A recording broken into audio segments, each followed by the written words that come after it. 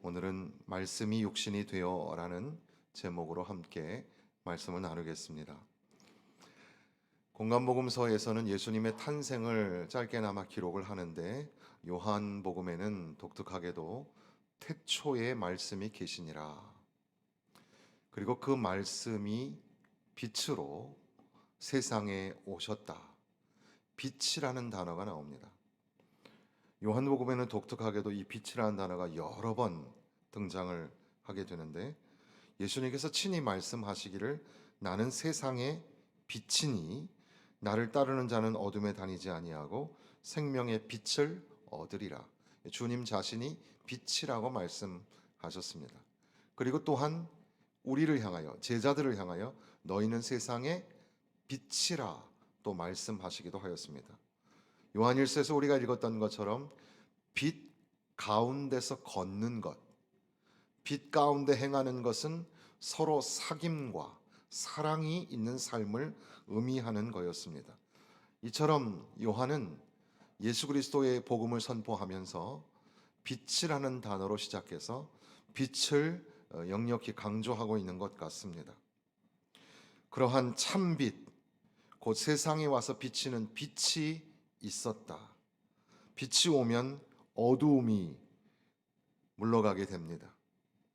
그런데 그렇게 빛이 세상에 오셨는데, 세상은, 요한이 세상이라는 단어를 쓸 때는 조금 부정적인 의미가 많이 강한데, 세상은 그 빛이 오셨음에도 불구하고 그 빛을 받아들이지 않고 10절 끝에 알지도 못하고 11절에 가서 영접하지 않았다, 이렇게 말씀하고 있습니다. 하나님께서는 우리 세상을, 우리 인간을 너무너무 사랑하시고 관심이 많으셔서, 하나님은 우리에게 관심이 많으십니다. 믿으시기 바랍니다. 하나님은 우리에게 관심이 많으십니다. 그래서 독생자를 내어주시기까지 그렇게 우리에게 관심을 주셨는데, 상대적으로 우리는 하나님에 대하여 관심이 없는 거죠. 스튜어트 케네디라는 사람이 쓴 무관심이라는 시가 있는데, 거기 보면 예수님이 버밍햄에 오셨을 때 그들은 그분을 그냥 지나쳐갔다. 그들은 그분의 머리카락 한 올 다치게 하지 않았다. 그저 그분이 죽으시도록 내버려 두었을 뿐이다. 인간은 더 유순해졌으며 그분에게 고통을 드리고 싶지 않았기 때문이다. 그들은 단지 길을 따라 걸어 내려가며 그분을 빛 속에 내버려 두었을 뿐이다. 이 무관심, 이것을 읽으면서 문득 서울 버전으로 읽을 수 있지 않을까 생각해 보았습니다. 예수님이 서울에 오셨을 때 서울 사람들은 그분을 그냥 지나쳐갔다.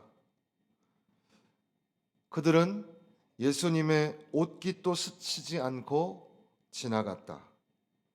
그저 그분이 죽으시도록 내버려 두었을 뿐이다.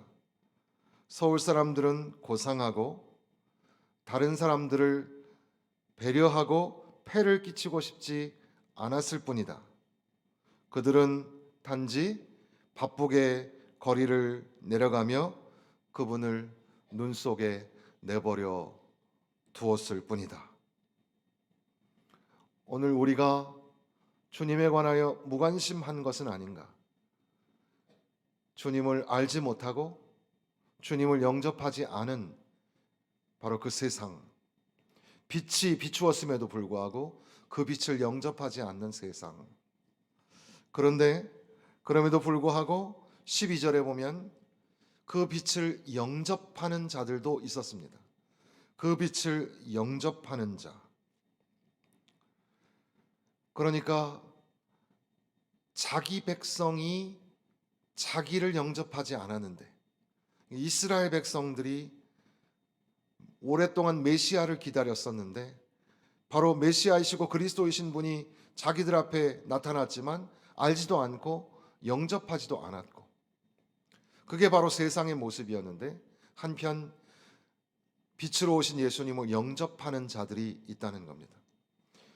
여기에 영접하다라는 말과 믿는다라는 말과 하나님께로 난 것이라는 13절의 말은 같은 의미를 갖는 연결고리들입니다. 그러니까 이 땅에 참 빛으로 오신 예수, 그분을 영접하는 자. 그 영접한다는 것은 믿는다라는 말로 우리가 이해합니다. 여기 믿는다, 헬라어의 피스추오라는 말이 있는데, 믿는다라는 말이 그 전치사 에이스, 이 에이스라는 거는 안으로라는 말이지만 때로는 위에라는 전치사도 되는데, 아무튼 이 피스티오와 에이스가 결합돼 가지고 요한복음에만 36번, 그러니까 보통 다른 성경에서는 서너 번 정도 나오는데 요한복음에서만 이렇게 많이, 요한일서에서도 3번이나 그렇게 믿는다라는 말이 나옵니다. 무슨 말이냐면, 믿는다라는 것은 그냥 추상적이거나 정적인 것이 아니라, 믿는다라는 것은 굉장히 역동적이고 상당히 행동을 수반하는 그런 의미라는 겁니다. 그래서 예수님, 빛으로 오신 예수님을 영접하는 것, 그것은 곧 그 이름을 믿는 거라는 겁니다. 예수님을 믿는 것, 예수님을 믿는 자가 하나님의 자녀가 된다. 그래서 어떤 학자들은 예수님을 신뢰하는 것 혹은 그분을 확신하는 것보다 훨씬 더 많은 것을 포함하는 건데, 그것은 예수님과 그분이 자신에 대해 주장하신 것을 받아들이고 우리의 삶을 그분께 바치는 것이다. 또 다른 학자는 그 의미는 신자가 사랑에 찬 그리고 자신을 버리는 믿음과 신뢰로 주님에게 의지한다는 것이 분명하다. 믿음으로, 예수의 이름을 믿으며 예수님을 영접하는 것, 바로 그것은 역동적인 믿음의 행위라는 것을 보여주는 겁니다. 그러면서 또한 영접하는 자, 곧 그 이름을 믿는 자들이라고 우리 한글 번역엔 되어 있지만 영어에 보면 all이라는 단어가 나와 있죠. 그러니까 그 안에 모든 믿는 자라는 의미가 담겨 있다는 겁니다.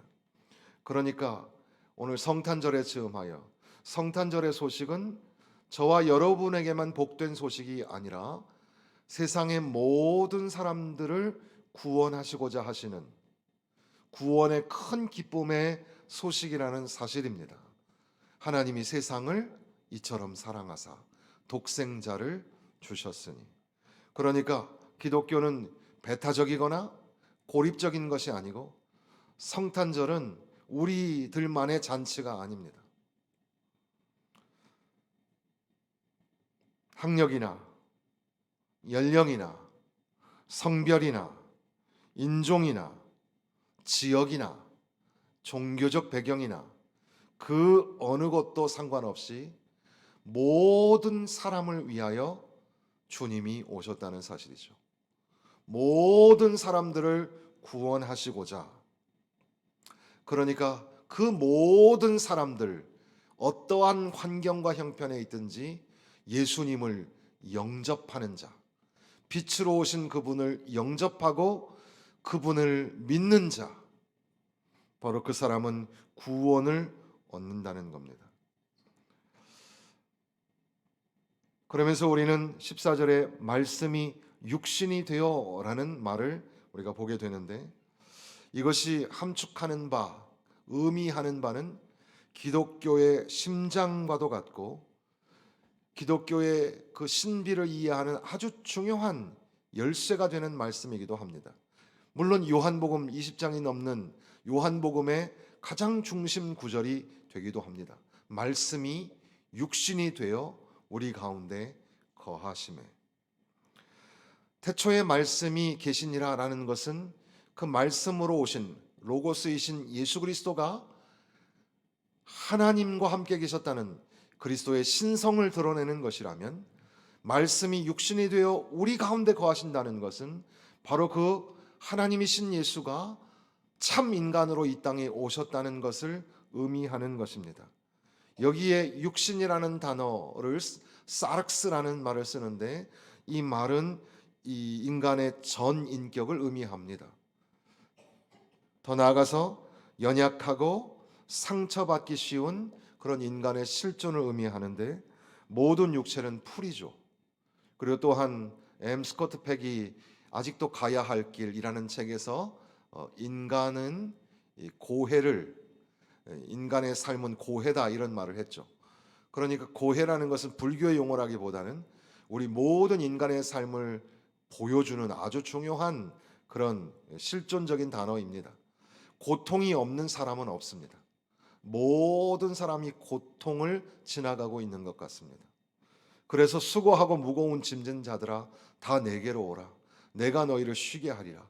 주님이 우리에게 오셔서 우리가 당하는 고난과 고통을 덜어주시고 해결해 주시려고 우리 가운데 오셔서 우리 가운데 거하시게 되셨다는 겁니다. 말씀이 육신이 되다라고 할 때 이 되다라는 말, 이 에게네토라는 말은 성질이 변하는 겁니다. 사람이나 사물이 그 고유한 특성을 변화시키고 전혀 새로운 상태로 들어가서 이전과 다른 어떤 것이 되는 것을 의미한다 그럽니다. 그러니까 완전히 참 하나님이신 주님께서 완전히 참 인간이 되셔서 우리의 연약함을 감당하시기 위하여서 참 인간으로 오셨다. 임마누엘, 우리와 함께 하시는 하나님. 이것을 C.S. 루이스 나니아 연대기의 기독교 지성이라고 하는 C.S. 루이스는 위대한 웅대한 기적이라고 했습니다. 미러클스라는 책에서 웅대한 기적, 말씀이 육신이 되어 우리 가운데 거하시는 것은 바로 위대한 기적이라 이렇게 소개를 한 겁니다. 그것이 왜 위대한 기적이 되는지, 말씀이 육신이 되어 우리 가운데 거하신다는 것이 함축하는 것이 적어도 몇 가지가 있을 텐데, 첫 번째는 구원이라는 단어를 생각해 보게 됩니다. 성육신, 이것은 우리 인간이 구원받을 필요성이 있고 오직 구원을 이루시는 분은 하나님이시라는 사실을 알게 합니다. 오직 하나님이 우리를 구원할 수 있으며 오직 우리만이 구원을 받아야 할 존재라는 사실입니다. 하나님 외에 누구도 우리의 죄를 대속할 수가 없고 인간 외에는 이 죄를 속해야 될 필요성이 없는데, 하나님께서는 우리를 용서하시고 구원하여 주시기 위해서 이 땅에 친히 독생자를 내어 주셨다는 사실입니다. 말씀이 육신이 되어 우리 가운데 거하셨다. 또 나아가서 이것은 우리 인간을 존귀하게 여기시는, 인간의 존재 가치를 최고로 긍정해 주시는 그런 의미를 담고 있습니다. 우리의 죄와 타락에도 불구하고 하나님께서는 우리를 존귀하게 여기셔서, 그래서 우리를 구원하시려고, 우리를 살려주시려고 말씀이 육신이 되어 우리 가운데 거하시게 되었다.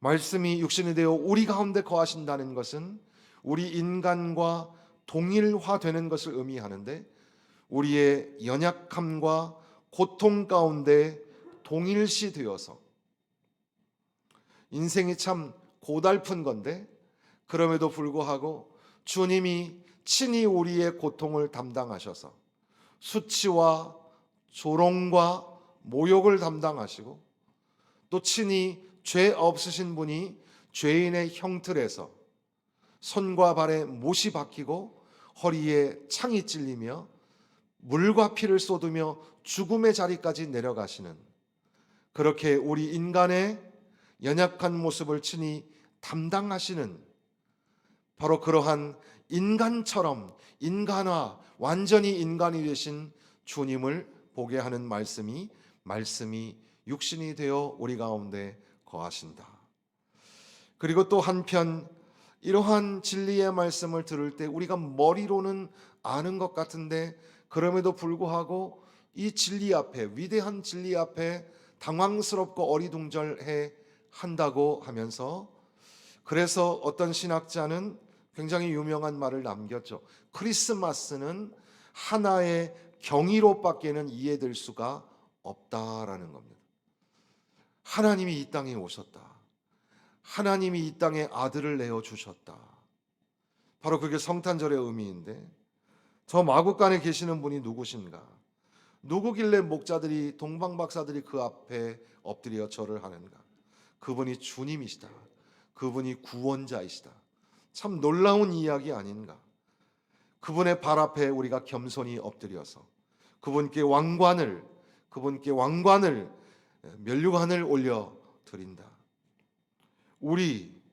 우리라는 말을 사용하고 있는 것을 또다시 주목해 보게 됩니다. 말씀이 육신이 되어 우리 가운데 거하신다.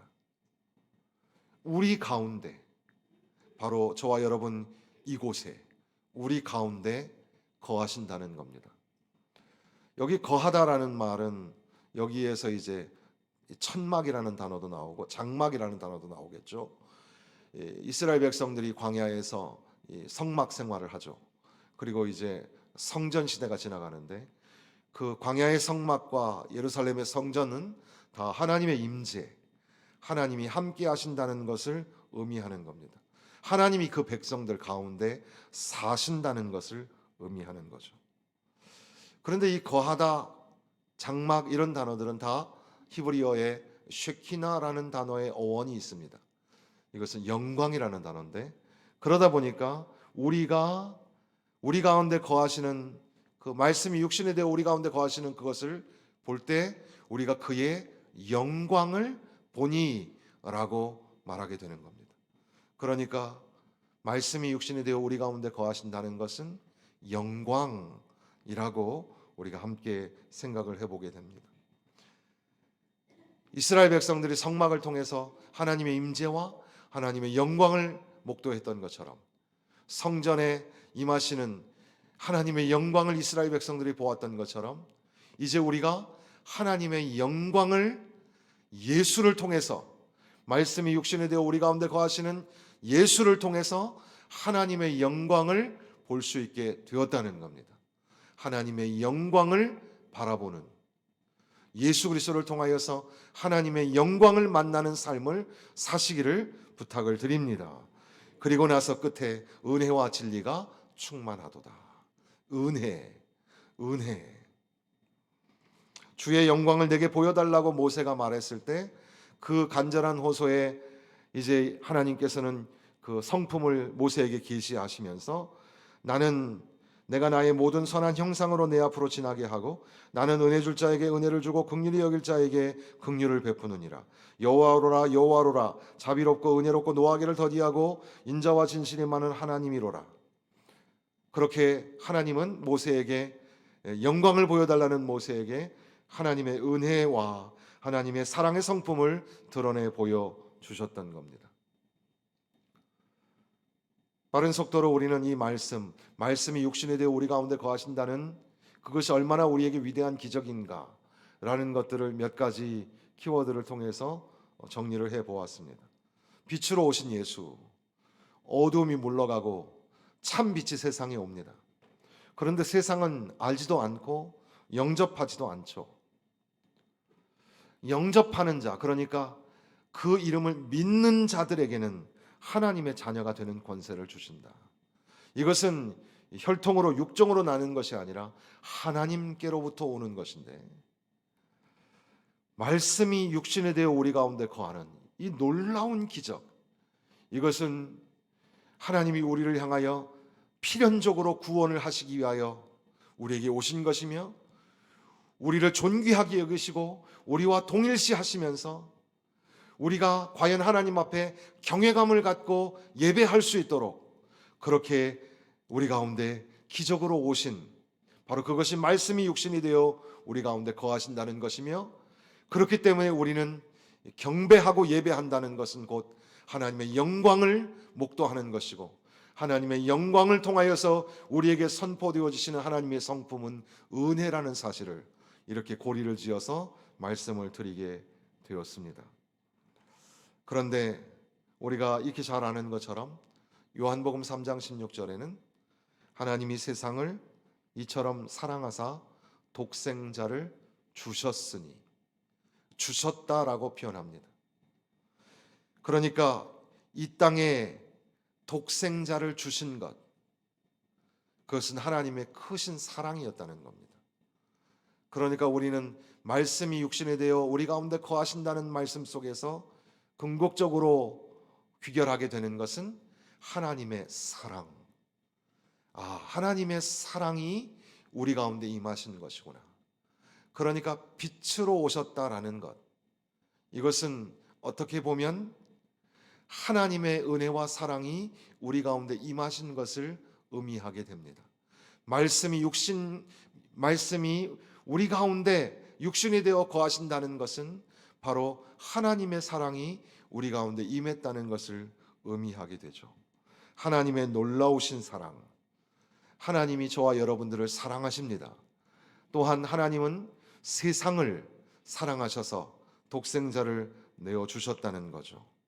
존 파이퍼 목사님은 이 요한복음 1장에 있는 내용을 triumphant light라고 소개를 했습니다. 승리의 빛이다라는 말이죠. 또한 우리가 앞서 나눈 말씀은 사랑의 빛으로 오신 예수, 그러니까 말씀이 육신이 되어 거하신다는 이 성탄절은 주님의 오심을 우리가 기념하는 날인데, 바로 이것은 승리의 빛, 사랑의 빛으로 우리에게 오신 주님을 기뻐하고 감사하는 절기라는 사실입니다. 그러면서 소위 말씀이 육신이 되다라는 말을 영어로 Word made flesh라고 하는데, 말씀이 육신이 되어 우리 가운데 거하신다고 할 때 세상은 두 부류의 반응을 한다고 존 파이퍼 목사님은 얘기하셨습니다. 첫 번째 반응은 이런 겁니다. I don't know him and I do not receive him. 그러니까 나는 그분을 몰라요. 그리고 나는 그분을 영접하지 않아요. 마치 참빛이 세상에 오셨는데도 불구하고 세상이 알지도 못하고 심지어 자기 백성들이 영접하지 아니한 것처럼 나는 주님을 알지 못해요. 그리고 주님을 영접하지 않는다는 겁니다. 오늘날 성탄절이 그렇습니다. 성탄절이 무슨 날인지 모르는 사람들이 많죠. 성탄절의 X는 크리스토스, 그리스도라는 말의 첫 글자입니다. 그러니까 예수 그리스도의 탄생을 기념하는 날이라는 뜻이죠. 그런데 성탄절에 예수님이 계시지 않는 겁니다. 우리가 금요일 밤에도 잠깐 생각했지만, 사람들이 너의 하나님이 어디 있느냐 묻는 것을 역발상으로 우리에게 돌려서 생각해 보면 소스라치게 놀라는 것은 내 안에 하나님이 없다. 사랑하는 성도 여러분, 여러분 안에 주님이 계십니까? 여러분 안에 주님이 살아 계십니까? 주님이 주장하시고 주님이 인도하고 주님이 말씀하고 계십니까? 주님이 없는 성도 있을 수 없죠. 예수가 없는 교회. 영국의 교회들이 이미 문을 닫은 지 오래죠. 최근에도 어떤 보도에 보니까 영국의 큰 아름다운 건물의 교회가 1층은 술집으로 바뀌고 2층은 뭐 미용실로 렌트를 해주었다고 하면서 그걸 자랑스럽게 이 장소가 원래는 교회였다고, 이 교회 역사를 오랫동안 여기서 지냈던 30년 넘게 지냈던 사람이라고 하면서 인터뷰를 하는데, 여기가 교회였다는 사실을 아십니까? 잘 알고 있습니다. 근데 교회가 이렇게 바뀐 거에 대해서 어떻게 생각하십니까? 좋게 생각합니다. 당신은 크리스찬입니까? 예, 나는 크리스찬입니다. 당신은 교회를 다닙니까? 저는 교회를 다니지 않습니다. 인터뷰어는 당신은 예수님을 믿습니까? 라는 말을 하지 못하고 그저 자막만 남기게 되죠.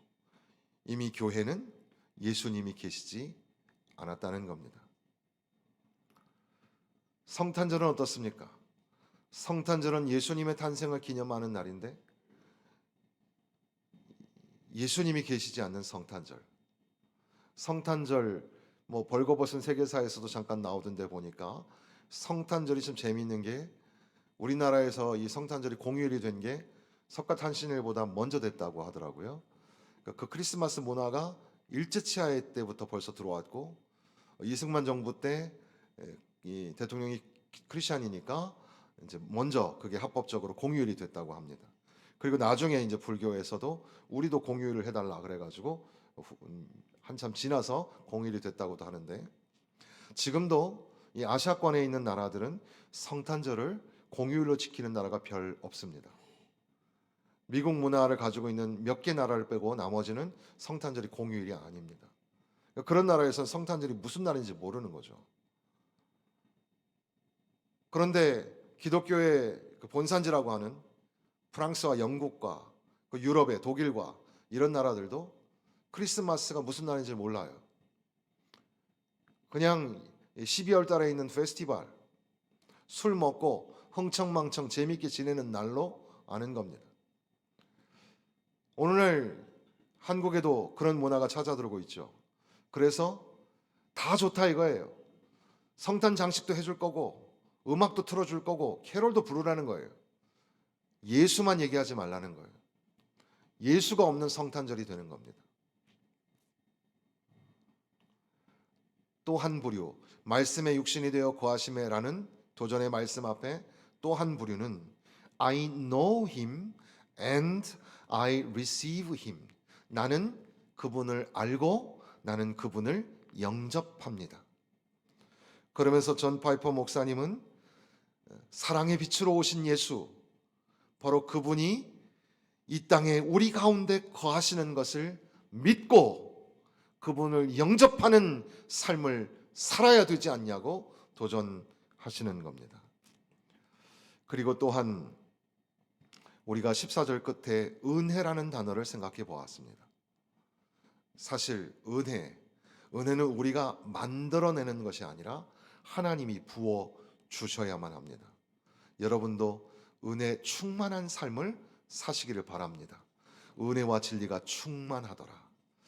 은혜와 진리가 충만한 것은 바로 말씀이 육신이 되어 우리 가운데 거하실 때 바로 그 영광을 볼 때 우리 가운데 은혜가 충만하게 되어집니다. 그것은 곧 우리 가운데 영광의 빛으로 승리의 빛으로 사랑의 빛으로 오신 예수 그리스도를 영접하고 예수님을 믿는 자에게 주어주시는 특별하신 섭리가 바로 은혜라는 사실입니다. 우리가 읽지 않았지만 그 다음 절에 보면 우리가 다 그의 충만한 데서 받으니 은혜 위에 은혜로라 그랬습니다. 은혜 위에 은혜, 하나님의 놀라우신 은혜를 풍성하게 누리는 저와 여러분 되시기를 주님의 이름으로 축원합니다. 예수님을 믿고 예수님을 영접하고 예수의 이름을 선포하는 성탄절, 예수님이 주인공이 되는 성탄절 되시고 그 안에서 주님을 통해서 영광을 만나고 그 안에서 주님을 통하여 하나님의 놀라우신 은혜를 풍성하게 누리시는 우리 교회와 성도들이 되시기를 주님의 이름으로 축원합니다.